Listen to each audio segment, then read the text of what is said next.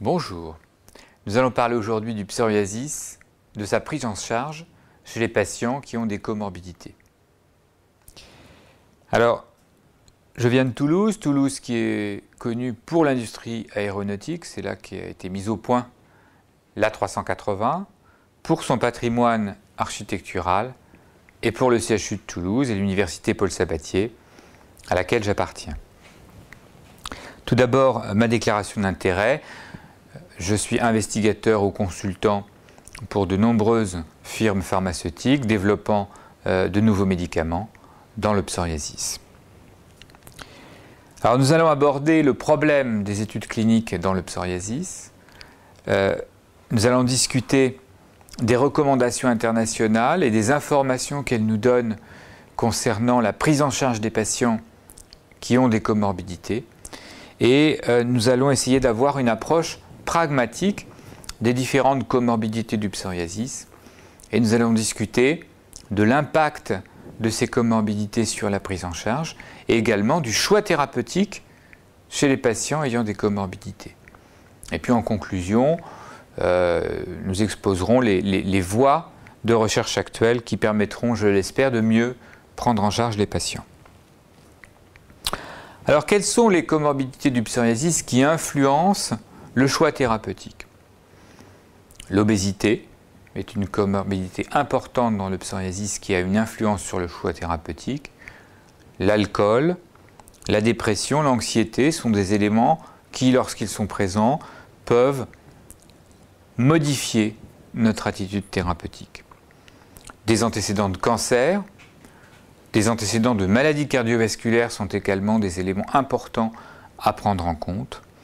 Enfin, chez les patients qui ont une infection chronique, par exemple une infection par l'hépatite B ou par le virus de l'hépatite C, sont des éléments importants. Également, le patient âgé est plus vulnérable aux effets indésirables des traitements et il faudra prendre cela en compte dans la décision thérapeutique. Enfin, d'autres facteurs interviennent comme par exemple la fonction hépatique ou la fonction rénale. La liste de comorbidités sur cette diapositive n'est bien sûr pas du tout exhaustive. Alors le problème que l'on rencontre actuellement, c'est que les études de développement d'un médicament, et principalement les grandes études de phase 3, qui sont chargées d'établir l'efficacité et la sécurité des traitements dans une population aussi large que possible, ces études, en fait, n'incluent que peu de patients avec des comorbidités. Pourtant, sur cette diapositive, j'ai reproduit les recommandations, notamment de la Food and Drug Administration aux États-Unis, mais également des conférences internationales sur comment conduire des études de développement de médicaments. Comme vous voyez sur la diapositive, les phases 3 doivent inclure une population de patients aussi large que possible et que cette population doit être aussi proche que possible de la population qui va être traitée dans la population générale lorsque le produit sera sur le marché. Qu'en est-il en pratique ? Alors en pratique, on observe actuellement que les critères d'exclusion dans les études de phase 3 au cours du psoriasis deviennent de plus en plus nombreux. Et comme ces critères d'exclusion sont de plus en plus nombreux, on a tendance à ne pas inclure une grande proportion de patients qui, pourtant, par la suite, vont être traités par les produits lorsque ceux-ci seront commercialisés. Exemple, certaines études excluent les patients âgés au-dessus de 75 ans. Pourtant, nous traitons bien sûr des patients au-dessus de 75 ans.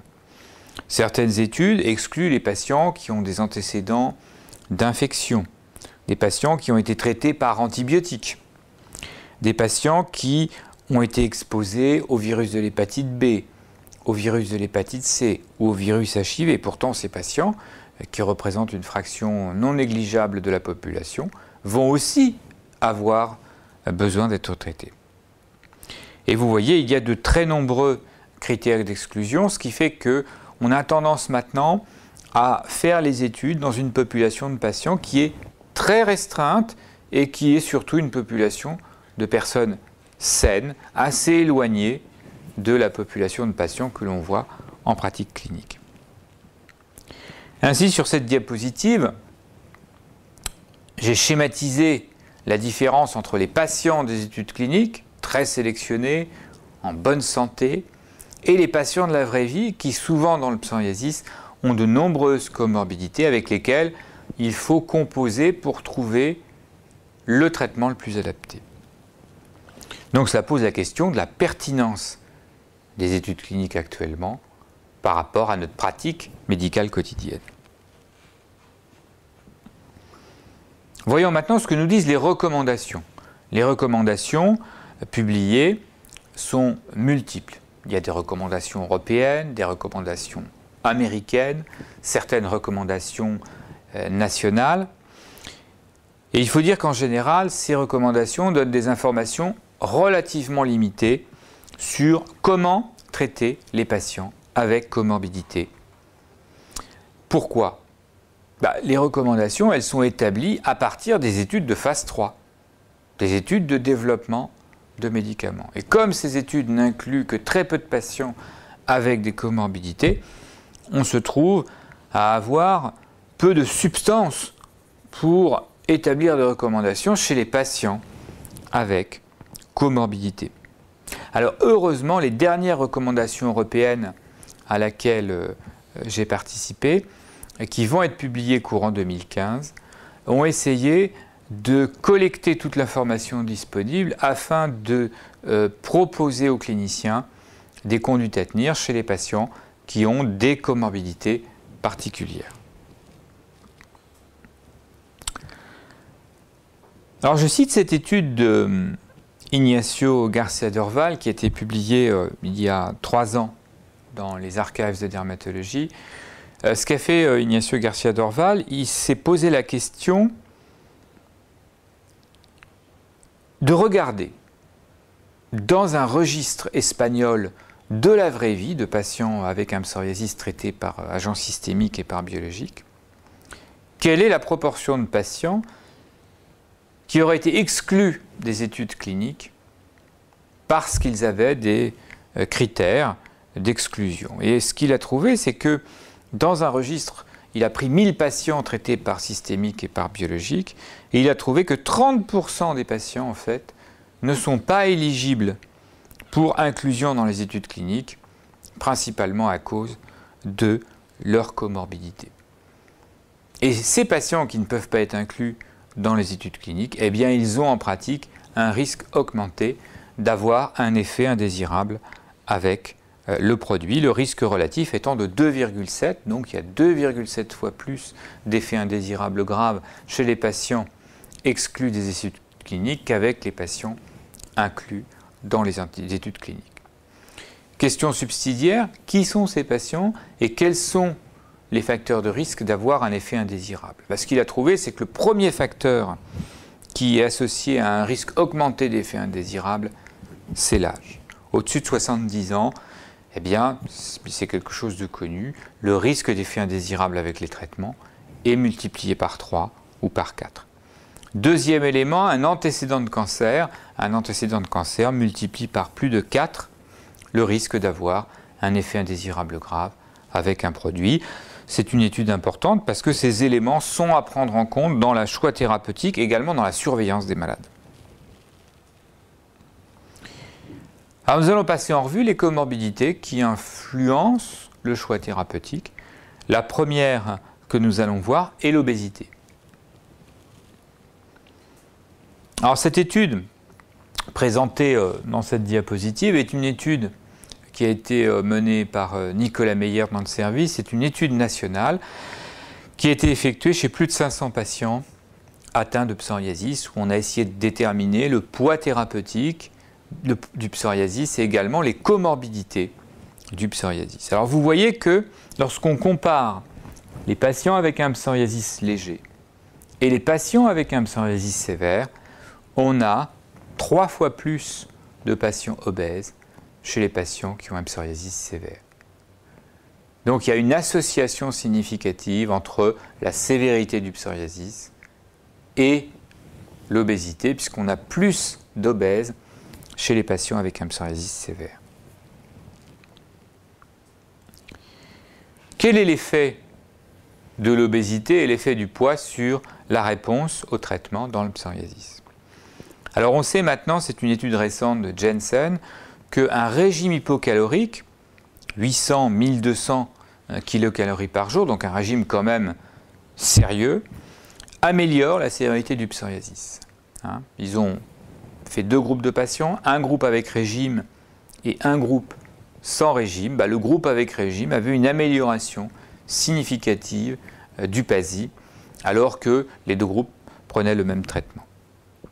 Deuxième étude, celle de Paolo Gisondi en 2008, c'est une étude qui a comparé la cyclosporine seule versus la cyclosporine plus un régime hypocalorique, et il a montré que l'association cyclosporine et régime hypocalorique améliorait de façon beaucoup plus importante le psoriasis. Autre élément à connaître, la réponse thérapeutique à la plupart des agents biologiques et des traitements systémiques est moins bonne en cas d'obésité.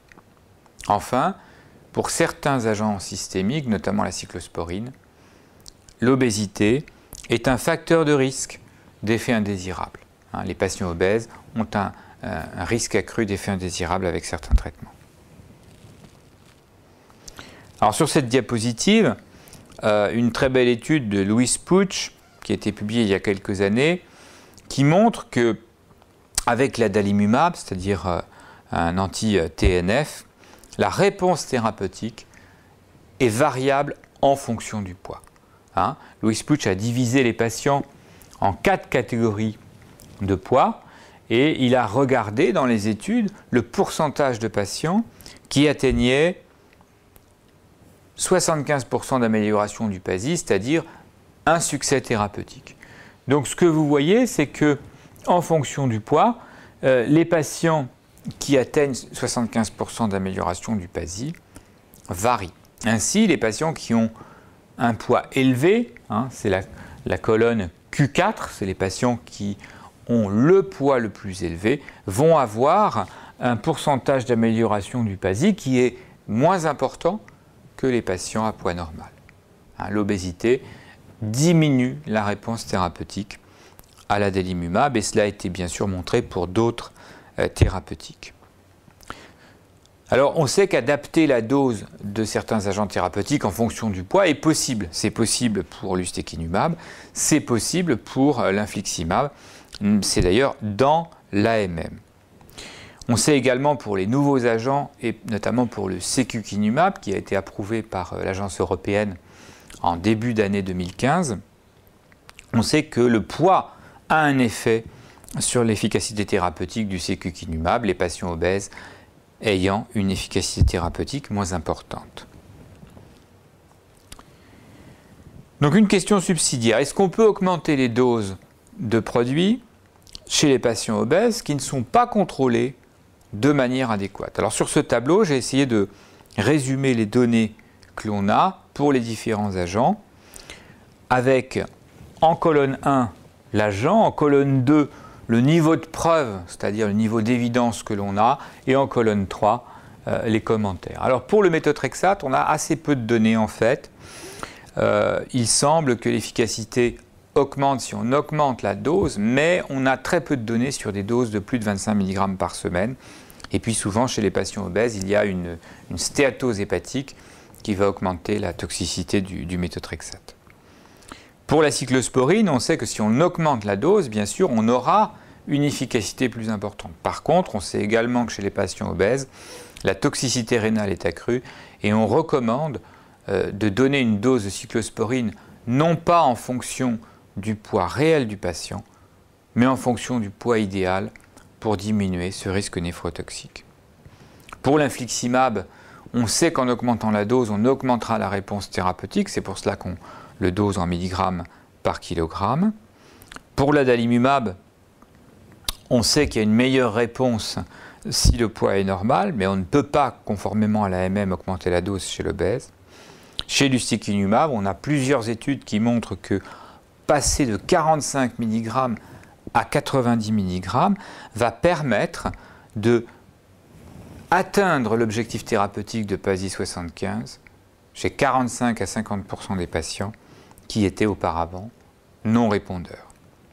Pour le secukinumab qui vient d'être approuvé, on sait également que les patients obèses ont une réponse thérapeutique moins importante et on sait également que si chez ces patients qui ont une réponse inadéquate et qui sont obèses, on passe avec une dose par voie intraveineuse, on aura une réponse qui s'améliorera. En pratique, que faire? La première chose, c'est de prendre les mesures appropriées chez les patients pour prévenir le développement de l'obésité et contrôler le poids dans le psoriasis. Donc une alimentation équilibrée, contrairement à cet enfant, pas de chips, pas de McDonald's, mais une alimentation riche en fruits et en légumes. D'autre part, chez les patients qui sont motivés, on peut raisonnablement leur dire que réduire l'obésité va améliorer la réponse thérapeutique. Et on pense également que réduire l'obésité pourrait réduire le niveau d'inflammation systémique. Deuxième comorbidité, les maladies cardiovasculaires. Alors on sait maintenant qu'il y a une augmentation du risque d'infarctus du myocarde et du risque d'accident vasculaire cérébral ischémique chez les patients qui ont un psoriasis. Dans ce travail de Caroline Auro, qui a été publié dans le JEADV en 2013, nous avons effectué une revue systématique et une méta-analyse de la littérature, dont le résultat est présenté sur cette diapositive. Et vous voyez qu'il y a un sur-risque de coronaropathie qui est d'environ 30% dans le psoriasis et un risque d'accident vasculaire cérébral qui est très légèrement augmenté chez les patients psoriasiques. Autre élément, on sait également que chez les patients psoriasis, il y a une augmentation de la prévalence des facteurs de risque cardiovasculaire, dyslipidémie, diabète, hypertension et tabac. C'est le travail de Sori-Après qui avait été réalisé il y a 5 ans et qui a été confirmé depuis. Donc plus de fumeurs, plus de diabétiques, plus d'hypertendus, plus d'hyperlipidémiques chez les patients qui ont du psoriasis. Donc les points clés de l'association entre psoriasis et maladies cardiovasculaires sont les suivants. Le psoriasis est associé à un surrisque d'infarctus du myocarde et d'accident ischémique cérébral. C'est particulièrement vrai chez le sujet jeune, avec un psoriasis sévère. Deuxième élément, le tabac, l'hypertension, le diabète et les dyslipidémies sont plus fréquents au cours du psoriasis et doivent être pris en charge de manière spécifique. Troisième élément, l'obésité est associée au psoriasis, à la sévérité de la maladie et à la résistance au traitement. On pense que les adipocytokines, c'est-à-dire les médiateurs inflammatoires produits par les cellules graisseuses, vont favoriser l'inflammation et favoriser la perpétuation du psoriasis. Question corollaire concernant psoriasis et comorbidité cardiovasculaire. Comment gérer les facteurs de risque chez les patients psoriasiques? Et le traitement du psoriasis peut-il influer ou influencer le risque cardiovasculaire? Alors, on va parler de cela au travers d'un cas clinique. C'est un patient de 67 ans, fumeur, qui est en isolation sociale, dépressif. Il a un psoriasis sévère, comme vous pouvez le voir sur cette diapositive, 60% de surface corporelle atteinte, un PASI à 42, un DLQI à 18, témoignant d'un retentissement important sur la qualité de vie. Il a une hypertension, une obésité avec un indice de masse corporelle à 32, une hypercholestérolémie et une hypertriglycéridémie. Question. Quels sont les facteurs de risque cardiovasculaire significatifs chez ce patient d'après le score de risque de Framingham? Vous savez qu'on peut tous déterminer notre risque cardiovasculaire avec ce score de Framingham qui est calculé par des applications que l'on peut trouver sur le web. Donc quels sont les facteurs de risque cardiovasculaire qui sont significatifs? 1. Hypertension, 2. Obésité, 3. Tabac, 4. Hypercholestérolémie, 5. Hypertriglycéridémie. Je vous donne quelques secondes pour réfléchir.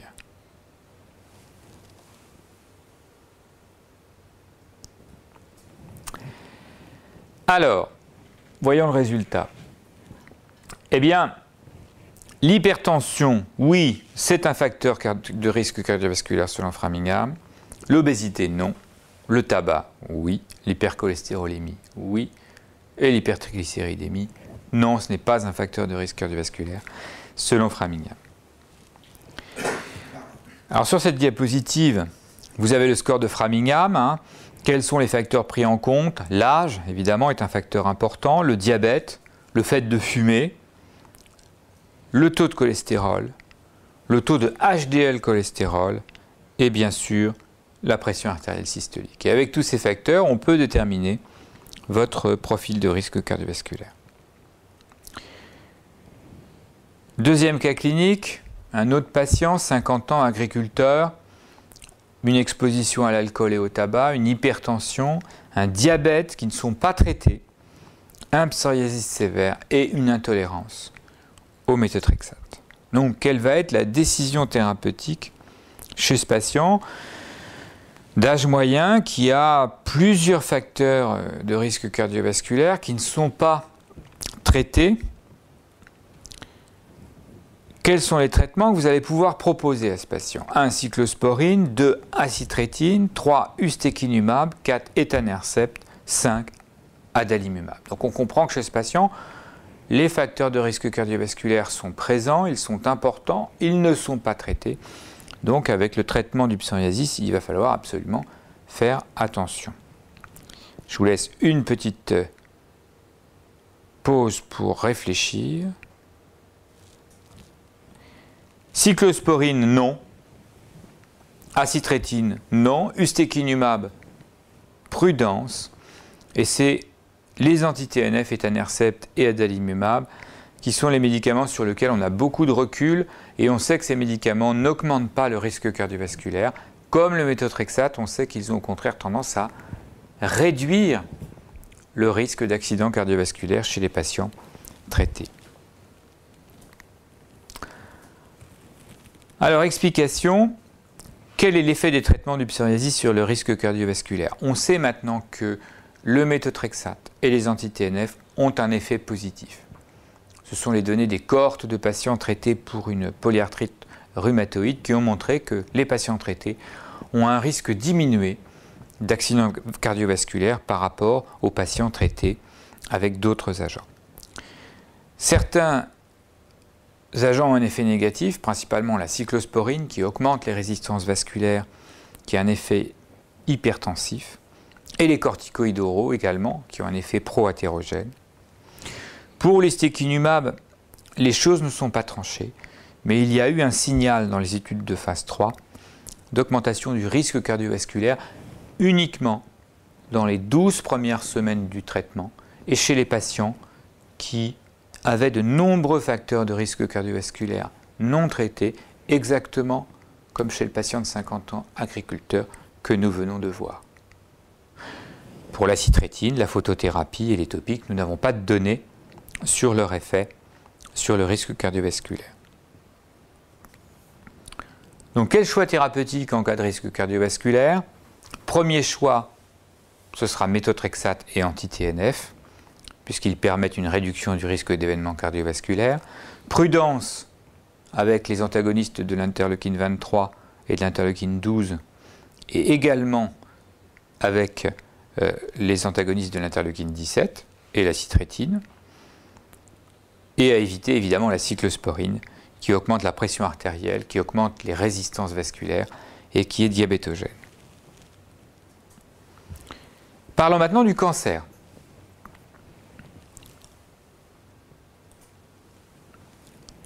Traitement du psoriasis et risque de cancer, deux questions. La première question, c'est: existe-t-il un risque accru de cancer au cours du psoriasis. Deuxième question, en cas d'antécédent de cancer, quel traitement est-ce que l'on va pouvoir utiliser? Alors je présente ici les résultats de la revue systématique et la méta-analyse de Charlotte Pouplard, qu'elle a réalisée et publiée il y a maintenant 2 ans. C'est une revue systématique de la littérature extrêmement importante qu'elle a réalisée entre 1980 et 2012, où chaque étude a été analysée, la qualité des études a été évaluée avec les méthodologies actuelles, et lorsqu'il y avait une homogénéité dans les études, une méta-analyse a été effectuée. Alors, ce travail titanesque a donné lieu à plusieurs conclusions. La première conclusion, c'est qu'il existe un risque de lymphome augmenté au cours du psoriasis de manière modérée, 40% d'augmentation du risque.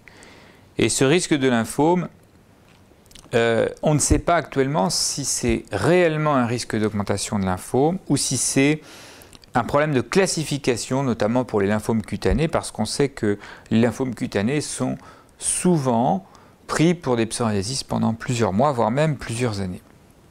Donc la cause n'est pas tranchée. Pour les autres cancers, elle a montré que certains cancers ont leur incidence augmentée au cours du psoriasis. Bien sûr, en premier lieu, les carcinomes épidermoïdes cutanés, ça c'est étroitement relié à l'exposition à la photothérapie et principalement à la puvathérapie, mais également d'autres cancers, cancer ORL, cancer du foie, cancer du poumon, du pancréas et cancer des voies urinaires. Et lorsqu'on regarde le type de cancer, on s'aperçoit qu'en fait, l'augmentation du risque, qui reste modérée, elle concerne principalement les cancers liés à l'exposition solaire ou aux UV, ce sont les cancers épidermoïdes cutanés, à l'exposition au tabac et à l'alcool, ce sont les cancers ORL, le cancer du foie, du poumon, du pancréas ou des voies urinaires. Donc probablement il n'y a pas d'augmentation du risque de cancer due au psoriasis lui-même, mais l'augmentation du risque de cancer est en rapport très probablement avec les comorbidités et ou les traitements. Voilà, une méta-analyse a été réalisée sur l'effet notamment des biothérapies au cours du traitement de la polyarthrite rhumatoïde, et il a été montré qu'il y avait une petite augmentation du risque de cancer cutané avec les anti-TNF, principalement les cancers cutanés hors mélanome. Alors que faire quand un patient a un antécédent de cancer et vient vous voir pour le traitement de son psoriasis? Alors les recommandations anglaises et les recommandations européennes sont assez peu explicites. Dans les recommandations anglaises, on nous dit qu'un traitement par biothérapie doit être évité chez les patients qui ont des antécédents de cancer, sauf si le cancer a été traité depuis plus de 5 ans. Alors c'est difficile parce qu'attendre 5 ans, parfois, c'est difficile pour des patients qui ont un psoriasis sévère. Pour les guidelines européennes de 2009, les cancers constituent des contre-indications relatives du traitement par biothérapie, mais ces recommandations ne vont pas plus loin. Alors les choses sont en train d'évoluer et il faut adopter une recommandation pragmatique. Pour les cancers cutanés, les recommandations du CRI, publiées il y a maintenant 4 ans, fournissent un élément de réponse qui est appréciable. En cas de carcinome cutané, si le patient n'a pas de ganglion atteint, le risque de cancer peut être géré avec un suivi dermatologique soigneux. Simplement, il faut éviter la cyclosporine et éviter la puva, qui sont associés à une augmentation du risque de cancer cutané. En cas de mélanome, 2 grands cas de figure. Premier cas de figure, une tumeur localisée, pas de positivité du ganglion sentinelle. Dans ces cas-là, on peut utiliser un traitement systémique et une biothérapie, si la tumeur a été traitée il y a plus de 5 ans. En cas de tumeur disséminée avec un ganglion sentinelle positif, ou en cas de mélanome récent de moins de 5 ans, en cas de mélanome avec atteinte du ganglion sentinelle. Là, au cas par cas, il faut discuter en réunion de concertation pluridisciplinaire et si un traitement systémique est proposé, le premier à utiliser sera le méthotrexate et la première biothérapie à utiliser, celle avec laquelle on a le plus de recul, sera l'étanercept. Les recommandations européennes, elles, sont en train d'évoluer. Les grands principes des nouvelles recommandations sont que les traitements de première intention chez un patient aux antécédents de cancer non cutané sont les traitements locaux, la photothérapie, sauf si bien sûr c'est un cancer cutané, et la citrétine. Les autres immunosuppresseurs peuvent être associés à un risque de réduction de l'immunosurveillance avec augmentation du risque de cancer.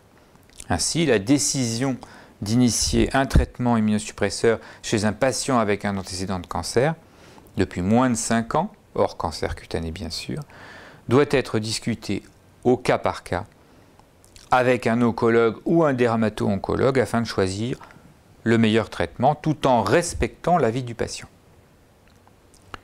Les éléments à prendre en compte dans le choix thérapeutique, ce sont le type histologique du cancer, le risque de récurrence, le stade évolutif et le poids du psoriasis pour le patient. Pour certains cancers de bon pronostic, lorsque le psoriasis ne peut pas être traité par des traitements locaux, une introduction plus rapide des immunosuppresseurs est possible et dans ces cas-là, l'immunosuppresseur de première intention sera le méthotrexate. Donc en résumé, choix thérapeutique chez les patients à risque de cancer, première intention, traitement topique, photothérapie, acitrétine, méthotrexate, photothérapie sauf bien sûr si cancer cutané, prudence avec les anti-TNF, les anti-L12-23 et l'anti-L17, à éviter la cyclosporine et bien sûr la photothérapie en cas de cancer cutané.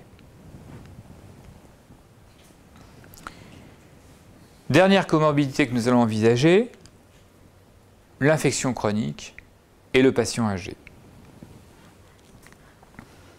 Alors comment traiter le psoriasis chez les patients qui ont un risque infectieux accru? Chez la personne âgée, on sait qu'il existe une incidence plus élevée d'infections bactériennes et également d'infections virales, notamment zona. On sait que les personnes nées avant 1950 ont une exposition à la tuberculose qui est plus fréquente, avec des tuberculoses latentes. Et on sait que chez la personne âgée, au-delà de 70 ans, on a une sénescence du système immunitaire et notamment une réduction de l'immunosurveillance. Enfin, chez la personne âgée, il existe une réduction du débit de filtration glomérulaire et du métabolisme hépatique. Deuxième type de patients, les patients avec hépatite chronique, hépatite B, hépatite C, qui demanderont une prise en charge spécifique. Troisième type de patients, les patients avec tuberculose latente. Sur cette diapositive est indiqué le risque de réactivation du virus de l'hépatite B avec les immunosuppresseurs et les cytotoxiques.